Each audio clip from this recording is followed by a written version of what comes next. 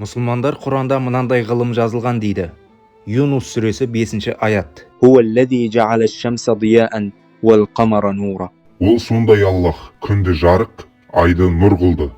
Ғылым айдың өздігінен жарық шығармайтынын, оның тек жарықты шағылыстыратынын жақында ғана анықтады. Ал бұл ақпарат Құранда 14 ғасыр бұрын жазылып қойған деп тасағымды жеген посттар менің тиктогыма да, инстаграмыма да, ютубыма да шыға берген соң, мен адамдар бұл шіріген фейк ақпаратқа сеніп қалмасы үшін маңызды дүниемен бөліскім келді. Негізі бұл нұр тақырыбын бекер қозғадыңдар. Себебі осы нұр тақырыбы Аллахтың маскасын шешетін нәрсе. Ең алдымен ғылым айдың жарық бөлмейтінін кімдер және қашан теориялық тұжырымдарын жасағанын білейік. Біздің заманымызға дейінгі 5-ші ғасыр ежелгі грек философы Анаксагор айдың өзінен жарық шығармайтынын, оның жарығы күннен келетінін алғаш рет теориялық түрде тұжырымдады. Анаксагор тіпті күн мен айдың тас пен металдан тұратын физикалық денелер екенін айтқаны үшін сол заманда құдайларға тіл тигізді деп айыпталып Афинадан қуылған. Біздің заманымызға дейінгі 4-ші ғасыр әйгілі ғалым Аристотель өзінің еңбектерінде ай фазаларының өзгеруін күн сәулесінің түсу бұрышымен байланыстырып бұл тұжырымды бекіте түсті. Біздің заманымыздың 2-ші ғасырында Клавдий Птоломей өзінің әйгілі Альмагест атты еңбегінде ай мен күннің қозғалысын және тұтылуын математикалық модельдермен сипаттап, айдың күн жарығын шағылыстыру заңдылықтарын ғылыми негізге қойды.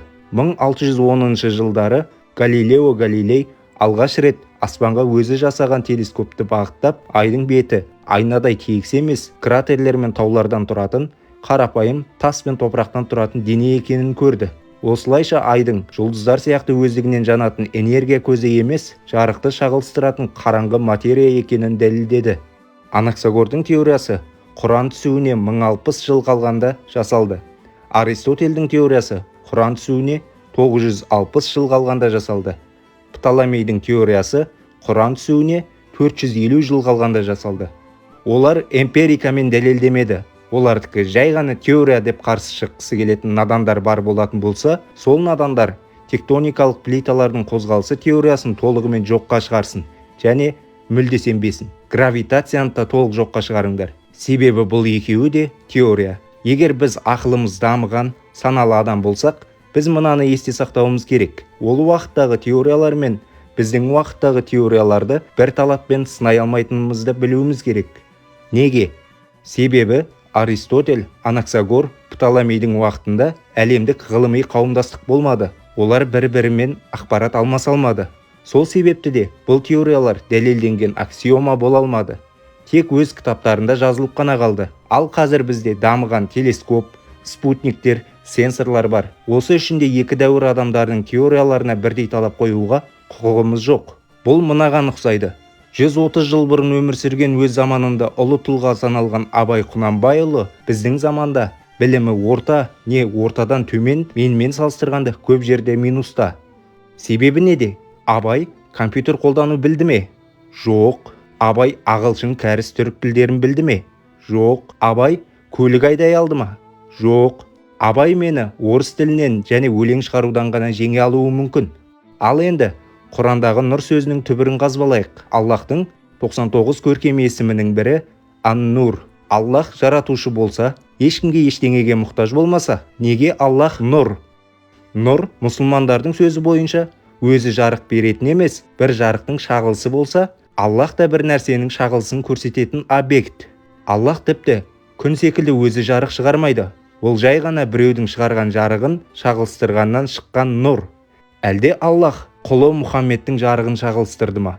Егер мұсылмандар айдың нұр болуы шағылысқан сәуле деп ақталғысы келсе, онда Құрандағы нұр сүресі 35-ші аяттағы Аллах аспандар мен жердің нұры деген сөз бойынша олар өз құдайын өзге бірінші деңгейлі объектінің жарығына тәуелді, соны шағылыстырып тұрған екінші деңгейлі махлұққа айналдырып тыңғандары. Ол ма? Имам Аль-Бухари мен Имам Муслимнің сахих хадистерінде былай дейді.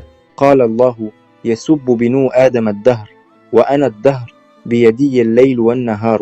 Адамның ұрпақтары уақытты балағаттап, мені ренжітеді.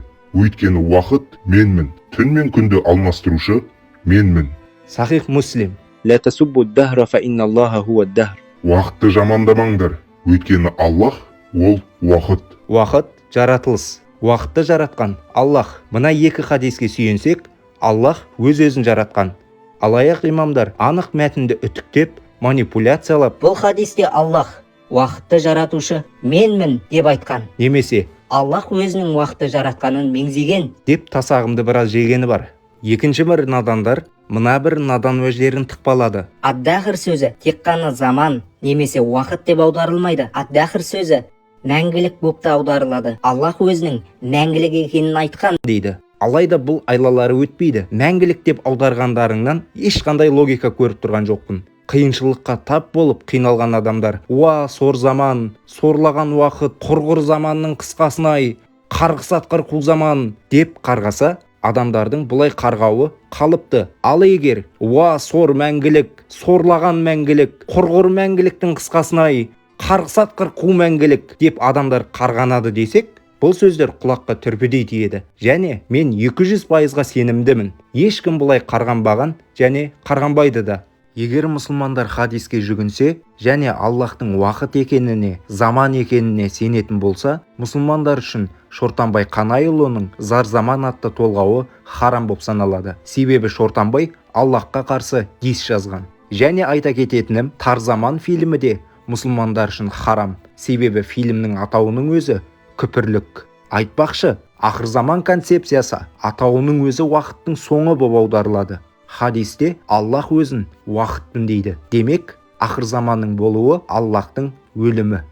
Ад-дахрдың уақыт жаратушысы да мәңгілікте емес, уақыттың заманның өзі екенін имам Ан-Науауи Әл-Минхаж Шарх Сахих Муслим атты кітабында былай түсіндіреді. قال العلماء كانت عادة العرب سب الدهر عند نزول الحوادث من موت أو هرم أو تلف مال أو غير ذلك فيقولون يا خيبة الدهر ونحو هذا من ألفاظ سبه فنهوا عن سب الدهر فإن فاعل النوازل هو الله تعالى فكان سب الدهر متوجها إلى فاعلها سبحانه وتعالى. Ғалымдар айтты, арабтардың әдеті өлім, қарттық, малдың жойылуы және басқа да қайғылы оқиғалар орнағанда уақытты балағаттауы еді. Олар уа сорлы заман деген сияқты сөздер айтатын. Сондықтан уақытты балағаттаудан тыйылды. Өйткені бұл оқиғаларды жасаушы Аллах. Сол себепті уақытты балағаттау түптеп келгенде соларды жасаушыға бағытталады. Имам Ибн Хаджар өзінің әйгілі Фатхул Бари атты кітабында былай дейді.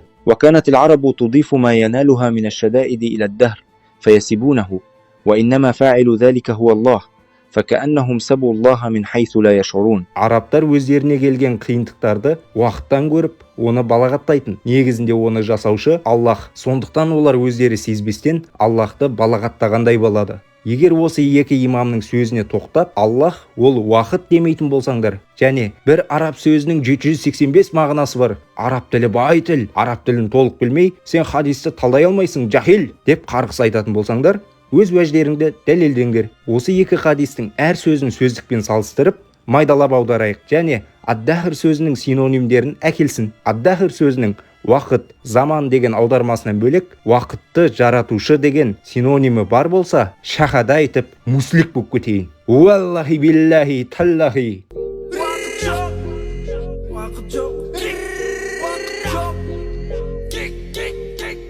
Уақыт жоқ, уақыттың уақыты жоқ, уақыт жоқ, уақыттың уақыты жоқ, уақыт жоқ, уақыттың уақыты жоқ.